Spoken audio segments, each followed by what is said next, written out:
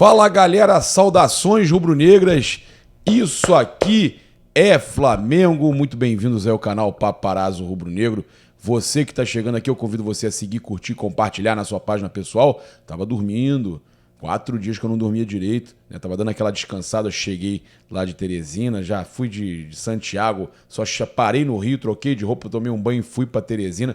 Então agora a gente está descansando, porque amanhã de manhã eu vou para Córdoba, né? O Marquinhos está embarcando agora de noite para fazer a chegada do Flamengo lá amanhã e eu chego amanhã à noite em Córdoba. Vou ficar em trânsito aí quase que o dia inteiro, é isso aí mesmo.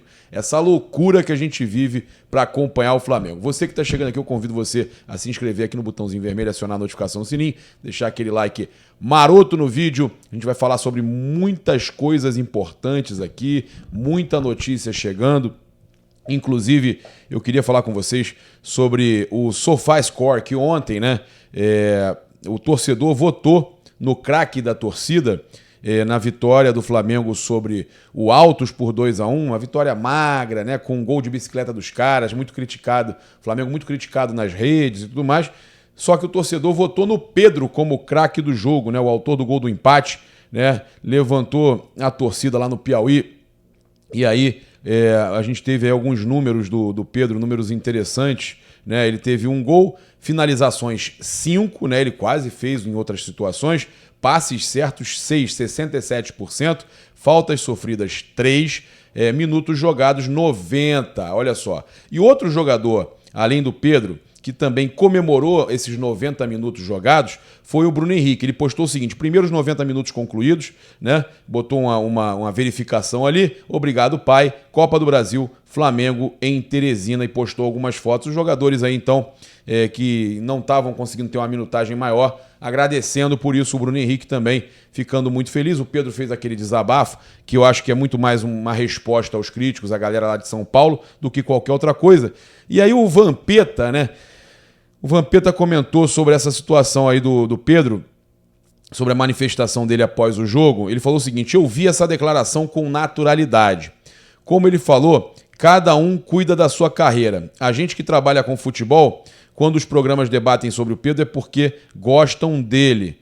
Dando moral para ele pelo nível de jogador que é, então, pelo nível de jogador que é. Então, todo mundo quer ver sempre o melhor em campo. Todo mundo sabe da qualidade dele e o que pode oferecer. Por isso há o debate e isso às vezes incomoda. Ele mesmo disse que não está acomodado, mas precisa de minutagem. É uma realidade, uma realidade. Vampeta também falou sobre a questão de que não enxerga da nota dele como um tom de despedida. Se foi tom de despedida, basta um clube chegar e pagar a multa rescisória. E outra, quando você paga, né, quando se paga é porque lá já houve um acordo com o atleta. Então, não vi dessa forma, não. Eu também não. Eu acho que não tem nada de tom de despedida, que fala de meio do ano. Eu vi muita gente falando sobre isso. Foi um desabafo também, né, com tudo isso que está saindo, com tudo que escrevem sobre ele. A gente também tem aí o jogo entre Flamengo, Talheres e Flamengo, com a lotação aí, deve estar com a lotação máxima, né?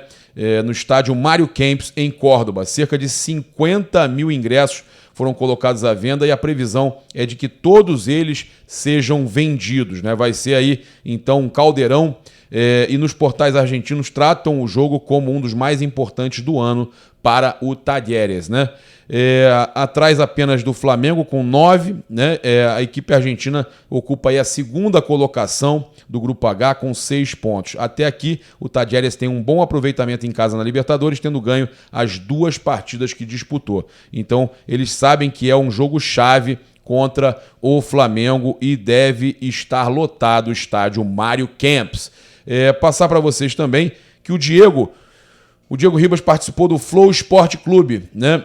Ele falou sobre a questão das vaias para o Léo Pereira no jogo contra o Altos do Piauí.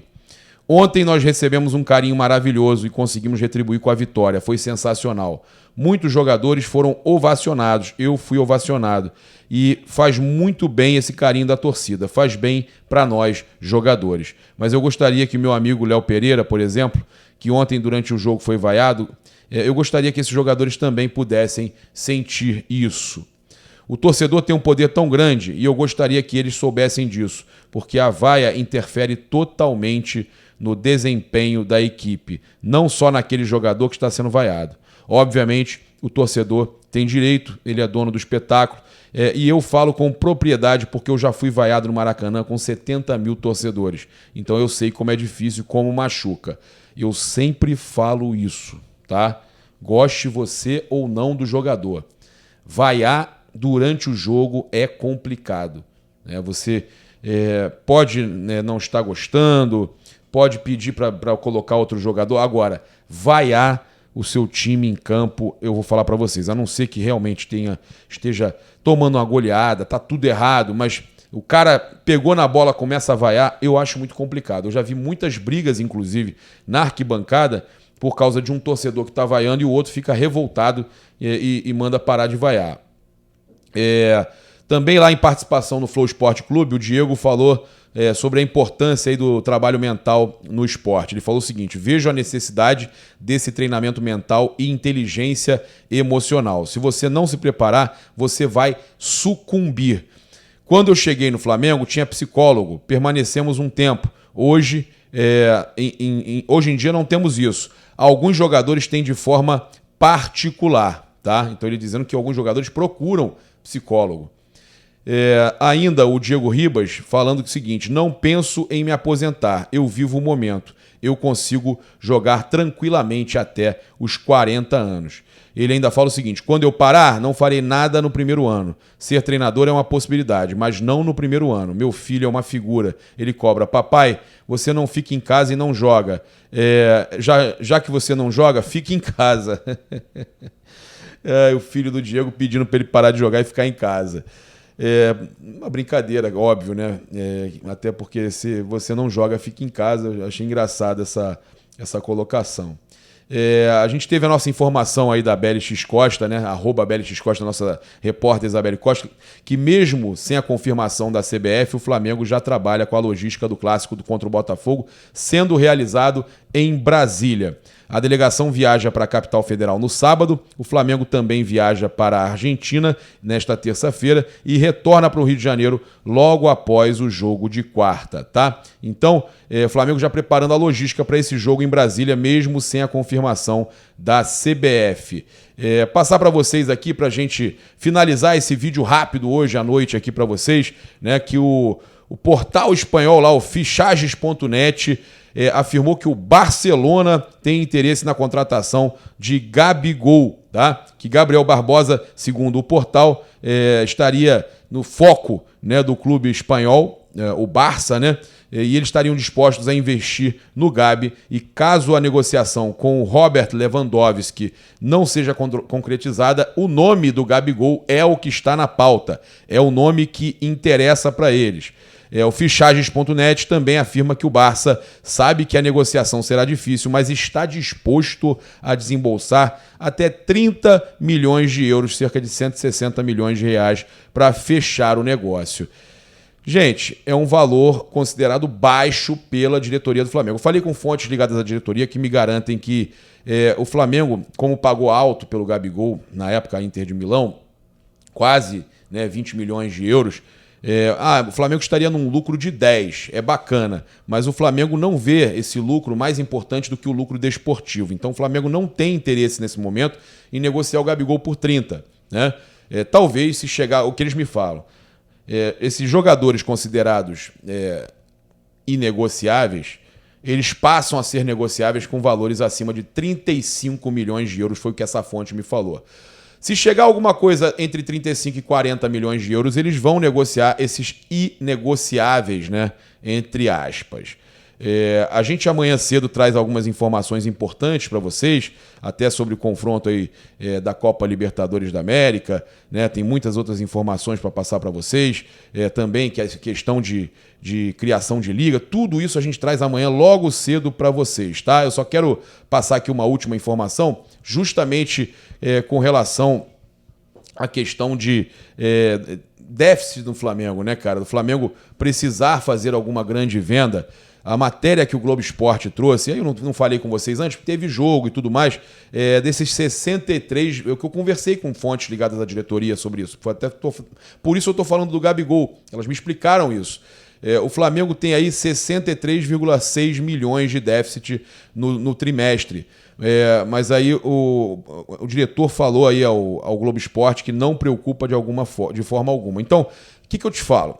Torcedor do Flamengo. O Flamengo teve menos premiações por causa dos títulos que o Flamengo deixou de conquistar. Tudo isso pesa. Mas essas premiações, a maior parte dela vai para... Eles distribuem entre os jogadores, comissão técnica. Não, beleza, mas sobra muita coisa. Então, o Flamengo não teve premiações. O Flamengo, no Carioca, infelizmente, o lucro é muito baixo. Por isso, né, inclusive, essa fonte ligada à diretoria me falou, olha, há uma avaliação de que deveria diminuir o Campeonato Carioca, né? O ideal era que se diminuísse o Campeonato Carioca e a gente pudesse fazer participar de torneios internacionais que rendessem alguns milhões aos cofres do clube.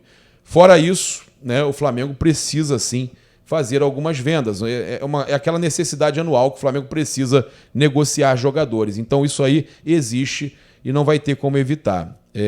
O resultado ainda foi amenizado por uma arrecadação de 59 milhões, como eu estou falando, olha aí, com a venda de atletas e de 23,4 milhões com receitas do dia de jogo, né? Então, pegar aqui para vocês, ó, o déficit de 63,6 milhões, que é alto, tá? Após fechar aí 2021 com mais de 1 bilhão de receita bruta e superávit, os primeiros 3 meses desse ano somam prejuízo, né?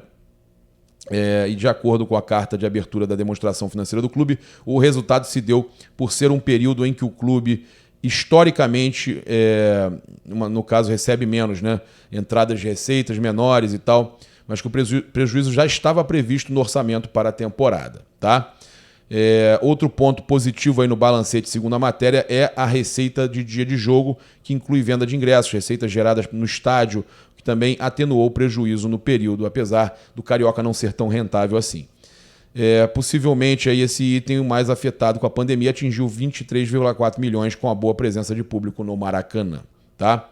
O Fernando Góes, que é o diretor financeiro do Flamengo, explicou ao GE que o resultado é normal, já que são meses que o clube recebe muito pouco, mas precisa manter as operações normais, tem a folha salarial, não tem jeito, né, gente?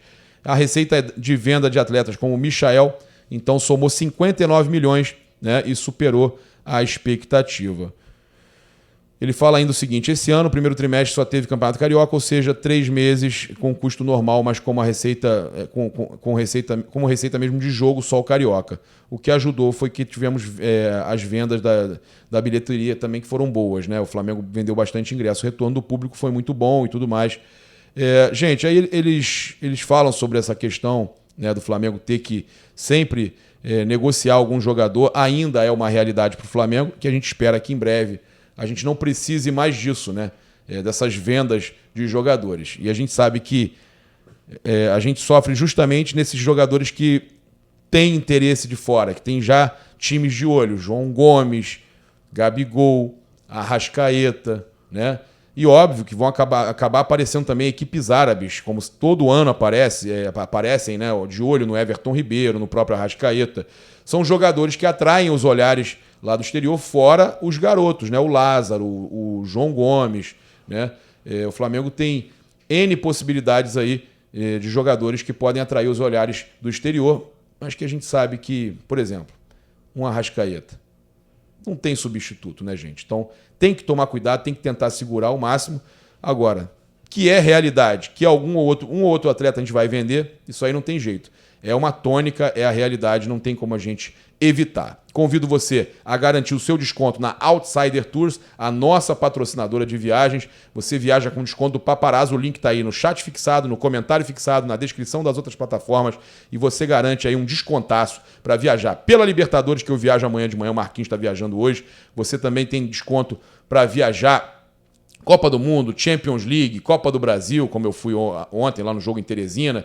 São várias as possibilidades que você tem com a Outsider Tours. Procure agora mesmo no WhatsApp e peça o desconto do Paparazzo. Tamo junto, um grande abraço, saudações rubro-negras. Isso aqui é Flamengo. Valeu, galera. Até amanhã, cedinho aqui no canal Paparazzo Rubro-Negro. Valeu, galera. Abraço!